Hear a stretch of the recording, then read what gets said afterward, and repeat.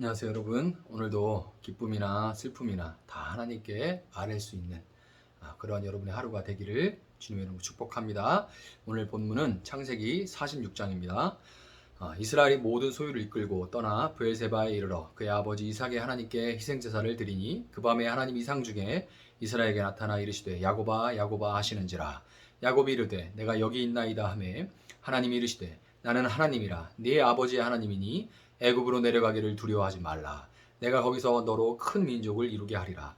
내가 너와 함께 애굽으로 내려가겠고 반드시 너를 인도하여 다시 올라올 것이며 요셉이 그의 손으로 네 눈을 감기리라 하셨더라. 야곱이 브엘사바에서 떠날새 이스라엘의 아들들이 바로가 그를 태우려고 보낸 수레에 자기들의 아버지 야곱과 자기들의 처자들을 태우고 그들의 가축과 가나안 땅에서 얻은 재물을 이끌었으며 야곱과 그의 자손들이 다 함께 애굽으로 갔더라. 이와 같이 야곱이 그 아들들과 손자들과 딸들과 손녀들 곧 그의 모든 자손을 데리고 애굽으로 갔더라. 애굽으로 내려간 이스라엘 가족의 이름은 이러하니라.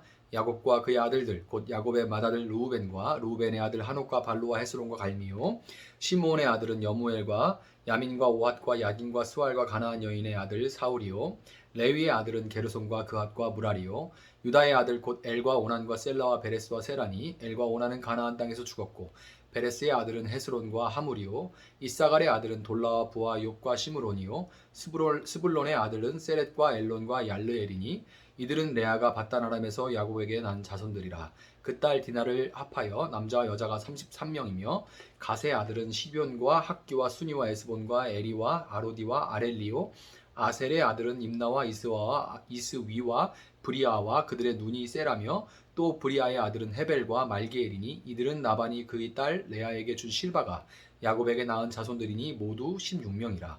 야곱의 아내 라헬의 아들 곧 요셉과 베냐민이요 애굽 땅에서 온의 제사장 보디베라의 딸 아스낫이 요셉에게 낳은 므낫세와 에브람이요 베냐민의 아들 곧 벨라와 베겔과 아스벨과 게라와 나아만과 에히와 로스와 무빔과 훗빔과 아르시니 이들은 라헬이 야곱에게 낳은 자손들이니 모두 14명이요 단의 아들 후심이요 납달리의 아들 곧 야스엘과 그니와 예셀과 실렘이라.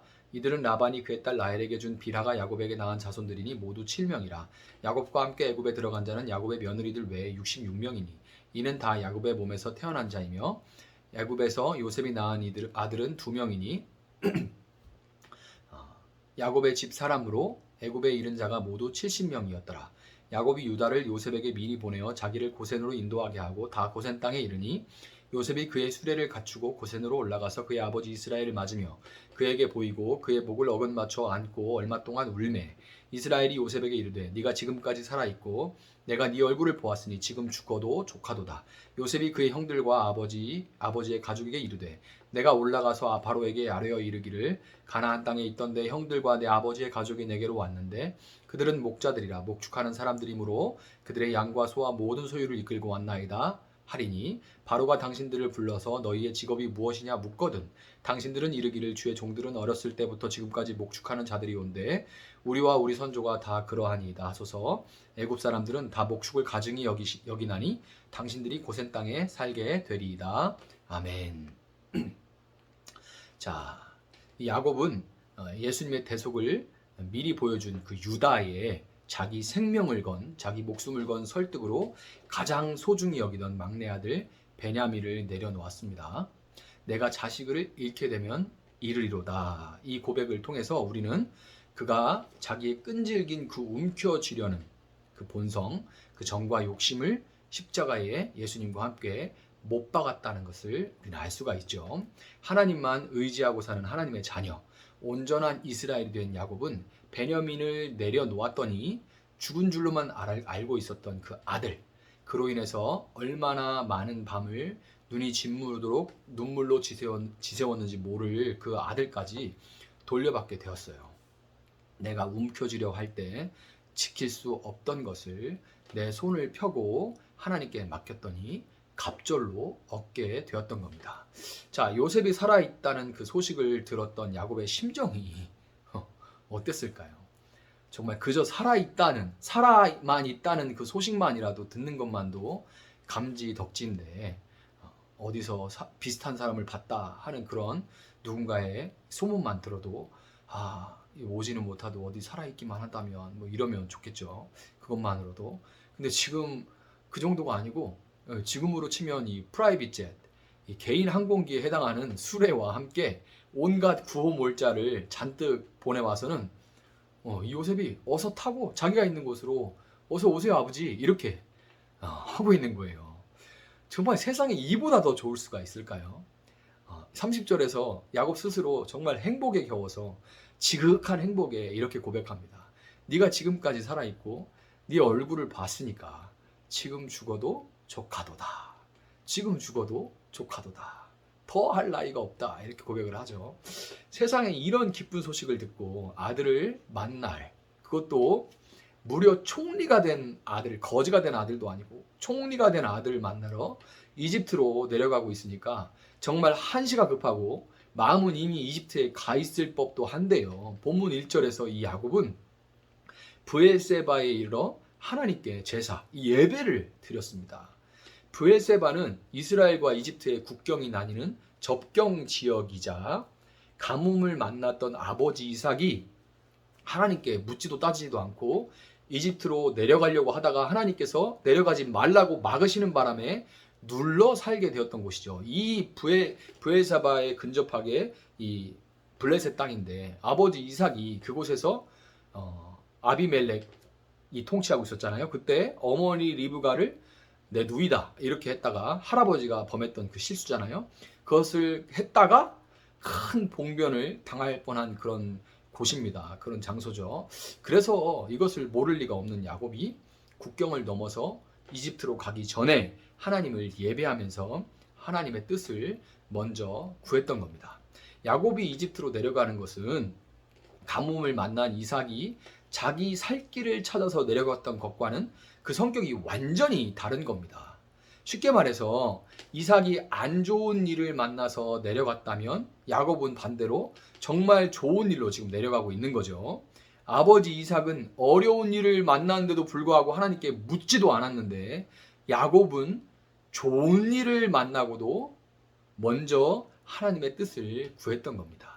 야곱은 험악한 인생을 지나오면서 자기 생각에 나쁜 일이라고 생각했던 일이 좋은 일로 변하고 좋은 일이라고 생각했던 일이 변해서 나쁜 일로 바뀌는 이 인생사 세옹지마를 숱하게 경험하면서 사람이 짧은 안목으로 좋아 보이든지 짧은 안목으로 보기에 좋아 보이든지 그렇지 않든지 간에 모든 일에 앞서서 먼저 선하신 하나님의 뜻과 인도하심을 구하는 이스라엘로 어느새 온전히 바뀌어 있었던 거예요.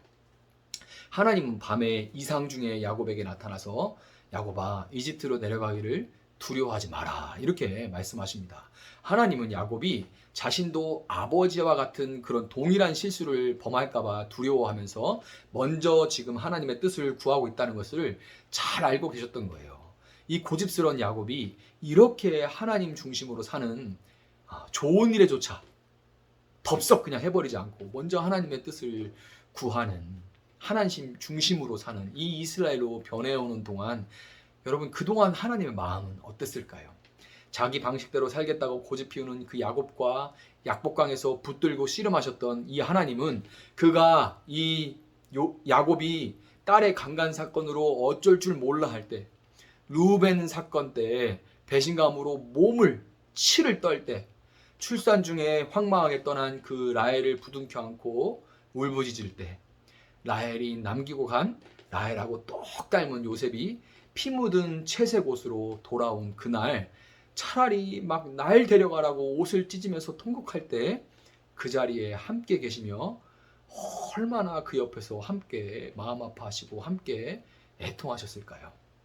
하나님이 그 모든 순간에 야곱과 함께 하시고 그와 함께 눈물을 흘리셨기에 야곱은 고단한 인생길을 살아낼 수가 있었고 이제 드디어 온전한 이스라엘이 되어서 구원의 서정, 구원의 순서 중에 성화라는 것이 무엇인지 우리에게 보여주는 그의 역할을 끝끝내 감당해낼 수 있게 된 겁니다. 하나님은 내가 너와 함께 이집트로 내려가겠고 반드시 너를 인도하여 다시 올라올 것이며 요셉이 그의 손으로 네 눈을 감기리라 이렇게 말씀하셨습니다. 성경에서 내려간다는 말은 대부분 영적인 하락과 함께 불행한 일이 일어날 거라는 그런 복선으로 작용할 때가 많은데요.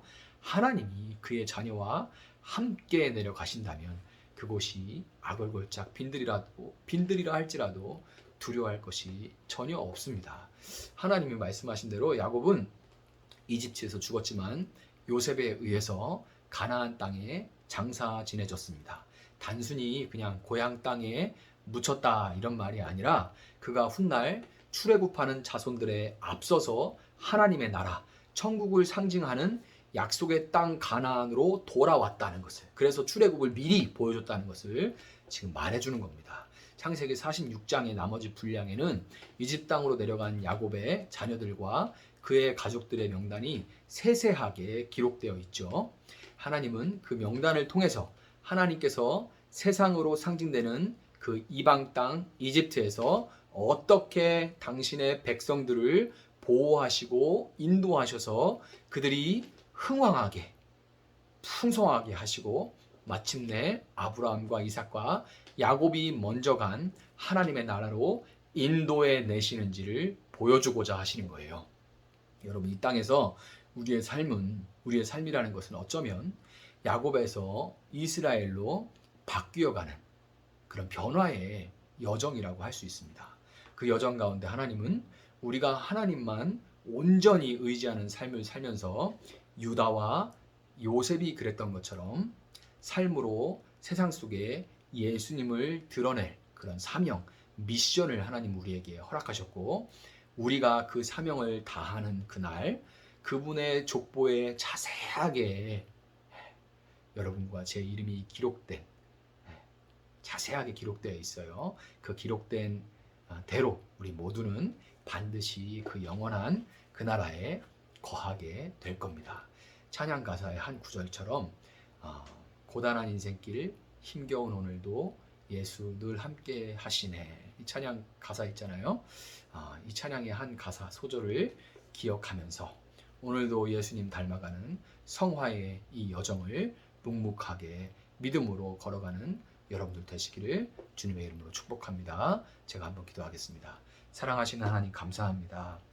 우리는 힘든 일을 만났을 때는 투정도 하고 하나님께 묻기도 하지만, 그러나 내가 내 눈으로 보기에 좋은 일들이 일어났을 때는 하나님은 뒷전으로 밀려날 때가 참 많습니다.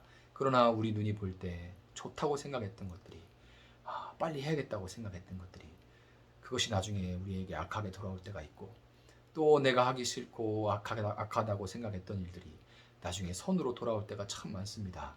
우리의 짧은 알목으로 우리 인생을 평가할 수 없음을 고백하며, 이제는 우리 삶의 주관자 되시는 하나님 앞에서 선악간에 선하신 하나님의 인도하심만을 우리가 구하고 바랍니다. 하나님, 우리가 바라기는 이 삶의 여정 가운데 우리가 야곱에서 이스라엘로 온전히 변화되게 하시고, 하나님 우리 삶을 통하여서 유다와 요셉이 드러날 수 있도록 하나님 함께하여 주시옵소서. 정말 더욱더 예수님을 닮아가기 소망하며 그 소망 가운데 오늘을 살아내는 귀한 우리 성도님 될 수 있도록 하나님 함께하여 주시옵소서. 감사하며 예수님의 이름으로 기도합니다. 아멘. 오늘 주신 말씀 붙들고 계속해서 기도하겠습니다.